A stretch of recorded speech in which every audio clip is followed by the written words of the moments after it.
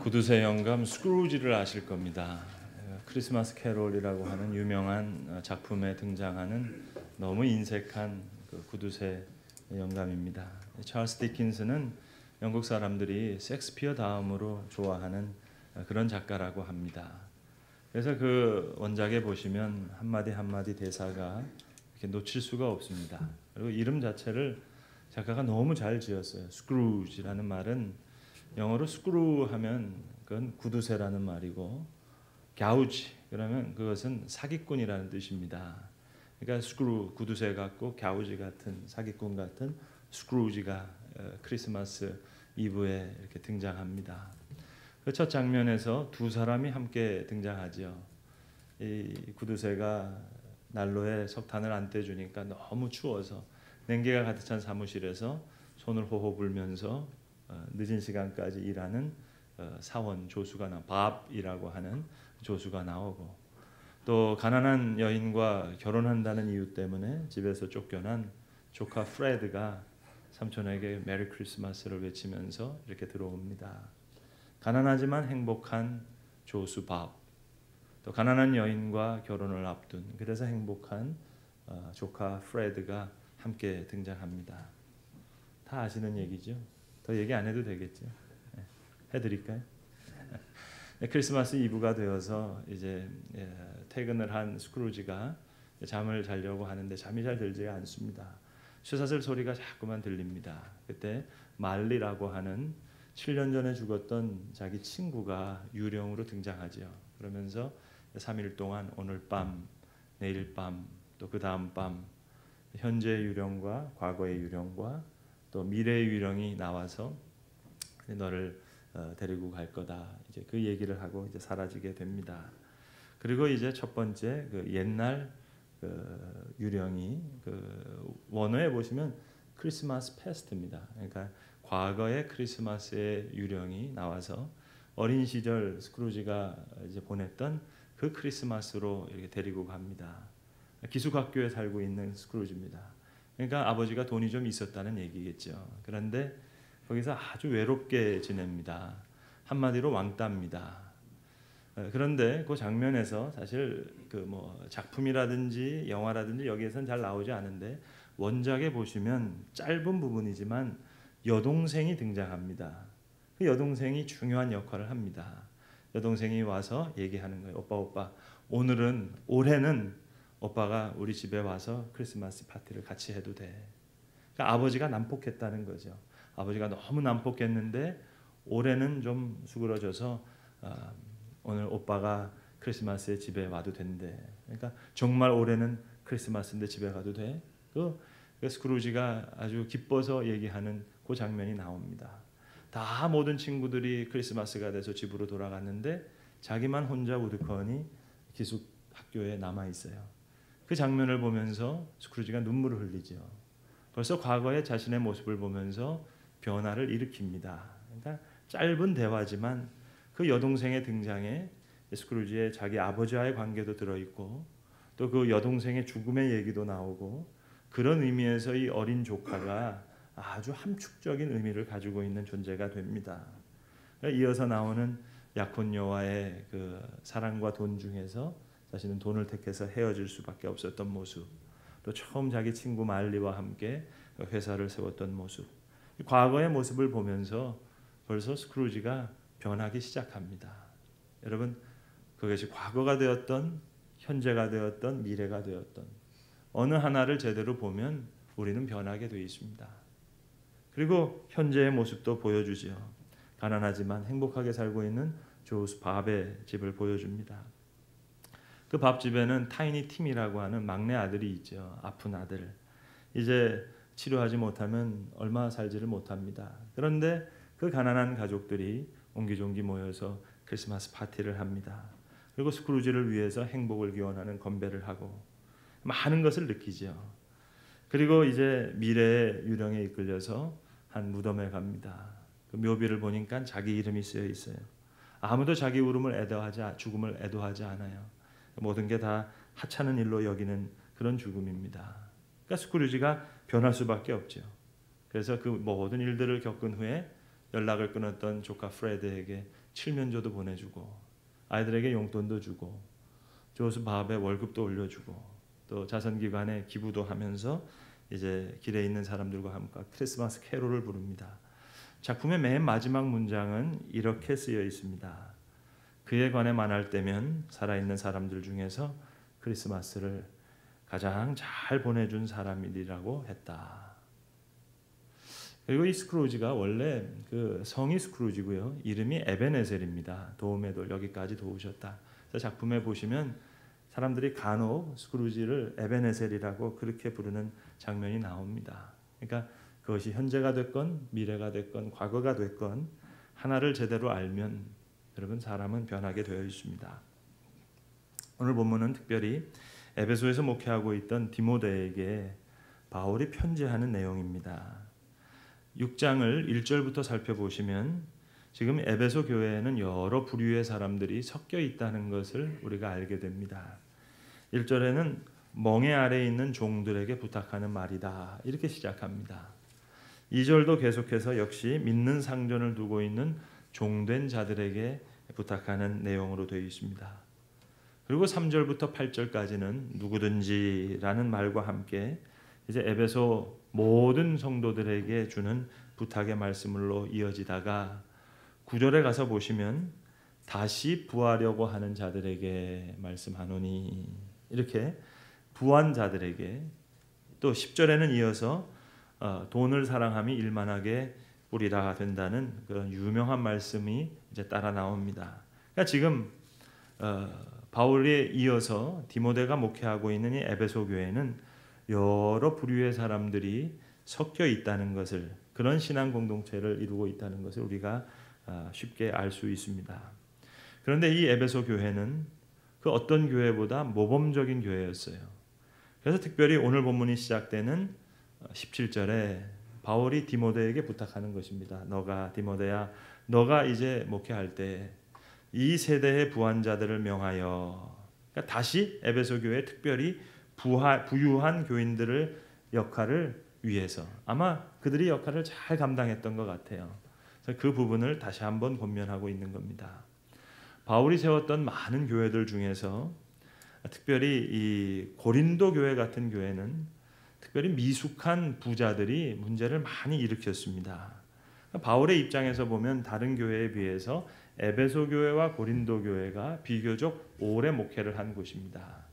에베소 교회는 적어도 3년 동안 두란노 서원을 세워서 목회를 했던 교회고 고린도 교회도 최소한 1년 반, 길게 한 2년 가까이 머물렀던 교회입니다. 2년, 3년 뭐 그렇게 긴 기간은 아니지만 바울이 다른 교회에 목회한 시간을 따져보면 이 고린도 교회와 에베소 교회는 오랜 기간 있었던 교회였습니다. 그런데 고린도 교회의 부유한 성도들은 문제를 많이 일으켰어요. 고린도라고 하는 지역이 아주 특별한 지역입니다. 그럼 지도를 놓고 가만히 보시면 그 지역이 참 재밌는데요. 지협입니다. 그러니까 북쪽으로 마게도니아 반도와 밑에 아가야 반도를 잇는 지협이에요. 서쪽에도 큰 바다가 있고 이 도시 동쪽에도 큰 바다가 있는 겁니다. 바다와 바다가 만나는 지협. 그 도시의 서쪽 끝부터 동쪽 끝까지 거리가 6km밖에 안 되는 그런 곳이에요. 그러니까 얼마나 무역이 왕성하게 된 곳이었겠습니까? 지금처럼 운하가 없다 하더라도 가로 세로가 그냥 6km밖에 안 되니까 융성하게 무역이 일어났던 곳이죠. 그래서 우리 세계사 시간에 고린도 양식, 건축사 시간에 배우잖아요. 그만큼 화려한 곳입니다. 그러니까 잘 사는 교인들이 고린도 교회에 많았는데 이 교인들이 문제를 많이 일으켜요. 고린도전서 11장 같은 데 보시면 성만찬 이야기가 나오는 것이 다 이 미숙한 부자들이 문제를 일으키는 거예요. 다 먼저 와서 음식을 진탕 먹고 누워있고 궁핍한 교인들을 불쌍하게 만드는 부끄럽게 만드는 이런 문제가 나옵니다. 요즘 말로 따지면 마이너스 100점이죠. 고린도 교회 문제가 보통 많은 게 아니에요. 그런데 오늘 편지하고 있는 에베소 교회는 너무 좋은 교회예요. 바울이 가장 사랑하는 교회, 가장 오래 목회했던 교회. 두란노 서원을 세워서 튼실하게 복음을 전파했을 뿐만 아니라 소아시아의 복음의 전초기지와 같은 그 사령부와 같은 역할을 하는 그런 교회란 말입니다. 또 그 교회에 자기가 가장 아끼는, 가장 신임하는, 가장 사랑하는 아들과 같은 디모데가 바울을 이어서 목회하고 있어요. 그 교회에게 디모데에게 다시 간곡하게 부탁하는 겁니다. 디모데야, 너는 이 세대의 부한자들을 명하여 마음을 높이지 말고 정함이 없는 재물에 소망을 두지 말고 오직 우리에게 모든 것을 후히 주사 누리게 하시는 하나님께 두고 선을 행하고 선한 사업을 많이 하게 하고 그리고 나누어 주기를 좋아하며 너그러운 자가 되게 하라. 이렇게 17절과 18절에서 부탁하고 있는 것입니다. 그래서 오늘 이 17과 18절을 제가 요절로 삼았는데요. 이 말씀을 어떻게 설명해야 될까? 뭐 헬라어 원어를 가지고 이건 이런 뜻입니다. 그렇게 해도 별 의미가 없을 것 같고 오늘 설교는 하나의 케이스를 통해서 모델을 통해서 설명하는 것이 더 옳은 일이다 그렇게 생각합니다. 그래서 제가 오늘 두 분의 이야기를 좀 길지만 여러분들에게 소개하려고 합니다. 저는 하나님께 참 감사하는 내용이 많은데요. 그 중에서 특별히 좋은 케이스, 선한 모델을 하나님 많이 보게 해주셨어요. 다른 얘기하지 않고 오늘 본문과 관련해서 말씀드리자면 오늘 본문에 너는 이 세대의 부한자들에게 명하여 그랬는데 이 세대의 부한자, 전 지금까지 살면서 정말 세계적인 부자라고 할 수 있는 분을 두 분 만나 뵀습니다. 동네 부자들 말고요. 동네에서 밥숟가락 좀 뜬다는 그런 부자 말고 정말 세계적인 부자들 말입니다. 물론 뭐 매일 밥을 같이 먹을 수 있는 그런 제가 친분이 있는 것은 아닙니다. 그러나 이 너무 신앙적인 이 두 분을 하나님께서 만나게 해주셨습니다. 한 분은 존 템플턴이라고 하는 분이세요. 이 엘리자베스 여왕에게 기사자기까지 받으셨으니까 템플턴 경이 되겠습니다. 제가 공부했던 프린스턴 신학교에 이사로 42년간 봉직하시고 그 중에서 12년간은 이사장으로 섬기셨던 분이신데요. 한 5년 전에 95세를 일기로 해서 세상 떠나셨습니다. 뉴저지에 있는 잉글우드 제일장로교회 장로님으로 섬기셨던 장로님이셨는데 하여튼 이분이 좌우지간 돈이 얼마나 많이 있었느냐 어떻게 설명드릴지 모르겠어요. 그냥 뉴욕 월스트리트에서 가장 큰 손이었다. 그렇게 아시면 되겠습니다. 그런데 돈을 많이 번 것이 중요한 것이 아니라 더 중요한 것은 깨끗한 돈을 벌었고 또 그것보다도 더 중요한 것은 돈을 너무 잘 쓰신 분이에요. 타임지에서 간혹 이렇게 세계에서 가장 영향력 있는 100사람 뽑잖아요. 그 중에 늘 뽑히시는 분인데 그 뽑히는 카테고리가 더 중요합니다. 100명에 뽑혔다는 게 중요한 게 아니라 어떤 카테고리에서 타임지가 이 사람을 가장 영향력 있는 사람으로 뽑았냐. 존 템플턴은 돈이 제일 많기 때문에 뽑힌 게 아니에요. 그 카테고리는 돈을 제일 잘 쓰는 사람. 그렇게 뽑히는 사람입니다. 이분은 늘 이 시골 출신, 테네시 시골 출신이에요. 자수성가하신 분이에요. 항상 그 같은 옷을 입고 다니고요. 그 월스트리트라는 곳이 얼마나 부침이 많은 곳입니까? 단 한 번도 이 그 법적인 문제나 윤리적인 문제로 거론된 바가 없어요. 이 프린스턴 신학대학원 이사장도 하셨지만 제가 그 총장님 얘기를 들어보니까 프린스턴 신학교는 1년에 기부금 내겠다고 하는데 거절해서 돌려보내는 돈이 이게 수백만 불이 된다는 거예요. 그러니까 아무나 기부금 낸다고 덥석 받는 게 아니라 이 돈이 깨끗한 돈인지 잘 조사해서 그래서 받는다는 거예요. 그러니까 그런 분입니다. 옥스포드 대학에서도 예일을 나오고 옥스포드 대학에서 이렇게 유학을 하셨는데 템플턴 칼리지를 이제 세워서 옥스포드 대학에 기부도 하는 그런 분이세요. 그러니까 이분은 뭐 평생 비행기 1등석 타본 적이 없대요. 그럼 자가용 비행기 있겠지? 아니요. 이분 예일 대학을 1년 동안 그 부모가 학비를 해주고 돈이 없어서 장학금 받아서 생활했는데 옥스포드에서 이제 로드 장학생으로 있을 때 항상 3등 칸 타고 이제 방학 때 전 세계를 여행하는 거예요. 그래서 이분이 처음으로 그 글로벌 펀드를 만든 분입니다. 그러니까 현역에 계실 때 세계를 매번 비행기 타시면서 여행하시는 분이에요. 어느 지역 다 가셔서 글로벌 펀드를 만들어야 되니까.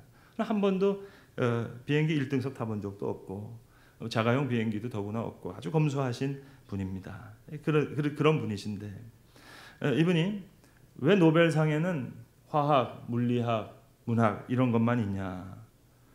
종교와 관련된 거 여기 노벨상 주면 안 되냐? 용서, 사랑, 행복, 감사, 기쁨 이거 연구할 게 많은데 과학자들은 누구든 이거 연구해서 결과를 내면 상을 줍니다. 노벨상보다 더 상금이 많은 상을 템플턴 상이라는 상이에요. 그러니까 이 상이 처음 제정됐을 때는 과학자들이 많이 비판하고 조롱을 했습니다. 자기 신앙의 이데올로기로 만든 상 아니냐. 그런데 이분이 돌아가셨을 때 뭐 월스트리트 저널, 이코노미스트 거기에서만 부고와 조사가 나온 게 아니라 최고의 과학 잡지라고 하는 네이처지에서 부고를 냈습니다. 존 템플턴 경. 그는 그의 하나님과 그의 신앙에 대한 사랑만큼 과학에 대한 존경을 보여준 분이었다. 멋있지 않아요, 여러분? 5년 전에 이분이 세상 떠나셨을 때 이 유족들이 부고를 길게 냈어요. 근데 그 부고의 제일 마지막 문장이요. 너무 감동적이었습니다. 저를 감격하게 했습니다. 쭉 내용을 쓴 다음에 제일 마지막을 이렇게 썼어요. 자, 이제 어느 날 장례식을 하겠다는 거예요. 오후 2시에 프린스턴 대학 채플에서 장례 예배를 드릴 텐데 여러분 부탁할 것이 있습니다. 조화, 뭐 그런 거, 꽃 이런 거 가지고 오지 마시고 대신 한 가지 부탁을 드리겠는데 하실 수 있으시다면 손으로 쓴 편지, 이메일 말고 손으로 편 편지 여러분이 어떤 기관에 속해 있다면 그 레터 헤더가 있는 그 편지에다가 손으로 이 고인이 당신의 삶에 어떤 긍정적인 영향을 미쳤는지 그걸 써달라고. 그리고 제일 마지막 문장이 이래요. 그러면 저희 유족들은 우리 후손들에게 여러분의 편지를 읽게 할 겁니다. 여러분 편지를 써주세요. 우리는 우리 후손들에게 그 편지를 읽게 할 겁니다. 너무 멋있지 않아요? 오늘 19절의 말씀처럼 이것이 장래의 자기를 위하여 좋은 터를 쌓아 참된 생명을 취하는 것이니라. 하나님께서 이런 분을 만나고 보게 하신 것이 참 감사합니다. 다른 한 분은 맥스 디프리라고 하는 분인데 이분은 풀러 신학교에 이사를 오래 하신 분이에요. 허먼 밀러라고 하는 가구회사 회장님이신데 우리나라의 그 세계에서 제일 큰 가구회사 이케아라 그러죠. 미국에서는 아이키아라고 그러는데 이케아가 세계에서 제일 큰 가구회사인데 이 허먼 밀러는 세계에서 넘버 2입니다. 그러니까 미국에서 넘버 1인 가구회사인데 그 회사 가장 큰 회사의 회장님이라서 중요한 것이 아니라 중요한 건 이분이 기업을 경영하시는 방식이에요. 이분은 이게 기업을 경영하시는 건지 아니면 목회자가 성도들을 대상으로 해서 목회를 하는 목회자인지 구분이 안 될 정도예요. 뭐 회사를 어떻게 돌릴지 그걸 생각하는 것이 아니라 이번에 책 같은 걸 보면 하나님의 형상으로 지음받은 한 사람을 내가 어떻게 온전한 인격자로 대해서 그가 살아가는 데 도움을 줄 것인가. 제가 이 신학교에서 유학하면서 행정일을 봤는데 제가 행정일을 봤던 그 사무실과 이분이 기금을 내서 운영했던 연구소가 아래 위층으로 있었어요. 그래서 이분이 쓰신 책 같은 걸 많이 봤는데 이분이 쓰신 책 중에 유명한 책이 뭐 리더십 재즈 그리고 리더십은 예술이다 이런 제목의 책인데 분명히 기업 경영하는 이야기를 썼어요. 신앙인이 어떻게 기업을 경영해야 될 것인가. 그런데 돈 버는 이야기, 회사 굴리는 이야기가 아니라 어떻게 사람들에게 신뢰를 주고 어떻게 사랑을 베풀어야 되느냐 그런 얘기예요. 제가 이 맥스 디프리를 직접 보지 못했다면 저는 이분이 쓴 책을 믿지 못했을 겁니다. 어떻게 회사를 이렇게 운영할 수 있느냐. 근데 이분을 직접 한번 뵈면 정말 이 양반 회사를 이렇게 경영했겠구나. 그게 느껴져요. 그래서 신학교 아니지만 맥스 디프리 리더십 센터라는 연구소를 만들어서 신앙을 가진 기업인들이 회사에서 이렇게 경영을 했으면 좋겠다. 그걸 가르치는 연구소입니다. 미시건주의 소도시에 이 회사가 있는데 탑 디자이너들이 대도시를 다 뒤로 하고 이 작은 도시로 이 회사에서 일하고 싶어서 이 허먼 밀러로 갑니다. 회사 전 직원이 100% 주식을 가지고 있고요. 매년 98%가 자기 회사 주식을 더 사요. 이분이 쓴 책에 추천사를 보다가 제가 깜짝 놀랐는데 USC의 경영대학 학장이 추천사를 썼는데 저는 책을 보다가 이런 추천사는 처음이에요. 추천사가 이래요. 자기 자녀가 2명이 있는데 미국도 대학 보내려면 학자금이 많거든요. 이게 걱정이란 말입니다. 그래서 자기는 오래전부터 허먼 밀러의 주식을 샀다. 이 책의 저자는 허먼 밀러의 회장이다. 끝. 그게 추천사예요. 경영대학 학장이 쓴 추천사예요. 여러분 오늘 본문의 말씀처럼 선한 일을 행하며 선한 사업을 많이 하고 나누어 주기를 좋아하며 너그러운 자가 되게 하라. 이런 케이스와 모델을 보게 해주신 하나님께 저는 참 감사합니다. 런던의 한 신문사에서 현금금 1,000파운드를 걸고 설문을 했다 그러잖아요. 돈의 정의를 내놓으라. 행운의 당선자는 어린 신문 배달자였다는 거 아닙니까? 돈. 그는 이렇게 정의했어요. 어린 신문 배달부가 돈이란 행복을 제외한 모든 것을 가져다 줄 수 있는 공급자다. 이 어린아이가 비록 어리지만 깨달은 바가 있어요. 신문 배달을 하면서 부잣집 가난한 집 다 다녀봤거든요. 부잣집 아무리 봐도 행복해 보이질 않아요. 그래서 돈으로도 행복은 결코 사지 않는다는 걸 깨달았습니다. 결국 소녀는 돈과 행복은 무관하다는 진리를 깨달았어요. 헤이워드라고 하는 분이 이런 말을 했습니다.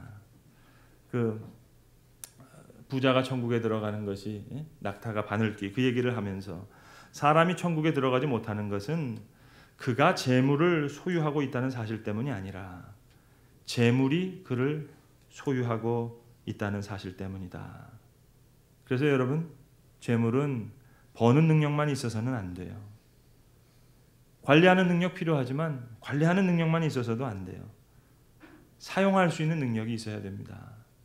여러분 밥상에 차려져 있는 반찬 그거 다 내 겁니까? 먹은 것만 내 거예요. 그러니까 잘 드세요. 네? 마찬가지로 돈이요. 내가 쓴 것만 내 돈입니다. 웨슬리 목사님이 어느 농촌 마을에 가셔서 많은 사람이 모인 곳에서 이런 내용의 설교를 했다는 거 아닙니까? 돈 많은 농사꾼이 앞에 앉아 있는데 웨슬리 목사님이 Make all you can 벌 수 있는 대로 많이 버십시오 하니까 이 사람이 아멘 하더랍니다. 기분이 좋아서. 그러다가 keep all you can 그저 여러분 할 수 있는 데까지 그걸 지키라 그랬더니 더 좋아하면서 아멘 하더라는 거예요.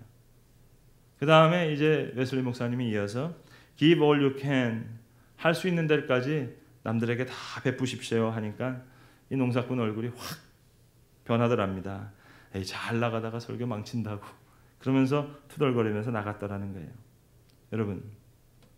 여러분은 그 설교 어느 대목에 마음이 드세요? 오늘 본문에 이 세대의 부한자라고 말씀합니다. 먼저 마음을 높이지 말고. 여러분 참 이상하죠? 부자는 자기가 의인인 줄 착각합니다. 큰 착오죠. 이게 지금 재산을 가질 때 지식도 함께 얻는다 생각해요. 인격도 함께 갖는다고 생각해요. 존경도 따라온다고 생각해요. 지식과 인격과 존경, 그것과 재산은 별개입니다. 많은 사람들이 자기에게 굽신거리는 거 그건 돈 때문이라고 생각하지 않고 내 인격 때문이라고 그런 줄로 착각해요. 큰 착오지요. 오늘 성경은 우리에게 말씀합니다. 정함이 없는 재물에 소망을 두지 말고. 그렇죠. 물질로 인해 고민도 많죠. 근심도 많죠. 돈 때문에 불화하고 돈 때문에 싸우고 돈 때문에 사람 못 쓰게 되고 그야말로 화근입니다. 돈 때문에 친구도 없고 돈 때문에 누구도 믿지 못하고 돈 때문에 정직하지도 못하고 돈 때문에 겸손하지도 못해요. 정말 비참하죠.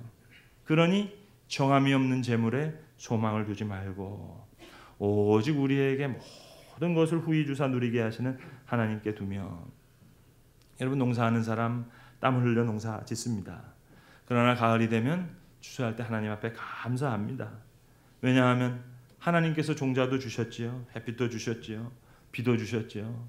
바람도 불게 하셨지요. 지혜도 주셨지요. 또 건강을 주셔서 농사 지었기 때문에 많이 수고한 것 같지만 내가 한 것 수고는 별게 아니에요. 하나님이 모든 것을 해주셨습니다. 그래서 하나님께 감사하는 겁니다. 모든 재산이 그렇습니다. 하나님께서 주셨어요. 학자들이 그러더라고요. 크리스마스 카드 서로 보내는 것. 이거 영미문화사를 연구하신 분이 얘기합니다. 스크루지 이야기가 세상에 나온 그 해부터 이게 활발해졌다는 겁니다. 영미권에서 메리 크리스마스 서로 인사하는 것. 그것도 스크루지 이후의 일이었답니다. 한 사람의 변화가 많은 일을 이룬 거예요.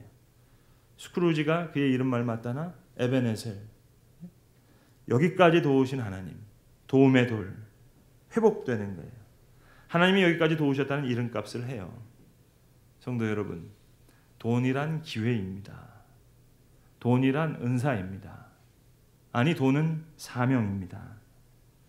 어느 장로님이 그러셨대요. 목사님한테 들어가면서 요즘 애들 아주 그냥 못돼 먹어가지고 어른들 보지를 못하고 인사를 못한다고, 인사도 안 한다고. 장로님한테 목사님이 그랬답니다. 장로님 그러지 마시고 중고등부한테 이번 주에 짜장면이라도 한번 돌리시죠.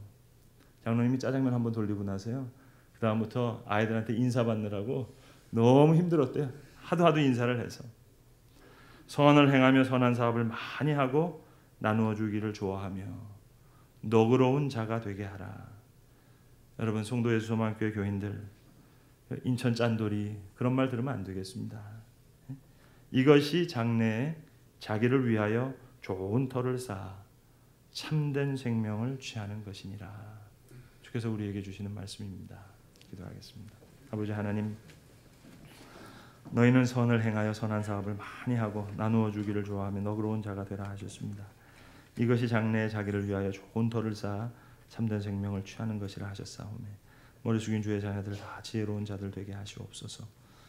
너는 이 세대의 부한 자들을 명하여 마음을 높이지 말고 정함이 없는 재물에 소망 두지 말고 오직 우리에게 모든 것을 후히 주사 누리게 하신 하나님께 두며, 주님 선한 일 하라 하셨는데 오늘도 나누어 주기를 좋아하며 선하고 너그러운 자가 될 수 있도록 우리의 과거를 바로 보게 하시고 우리의 현재도 바로 보게 하시고 주께서 원하신 우리의 미래도 바로 볼 수 있는 주의 사람들 되게 하시옵소서. 우리 주 예수 그리스도의 이름으로 기도합니다. 아멘.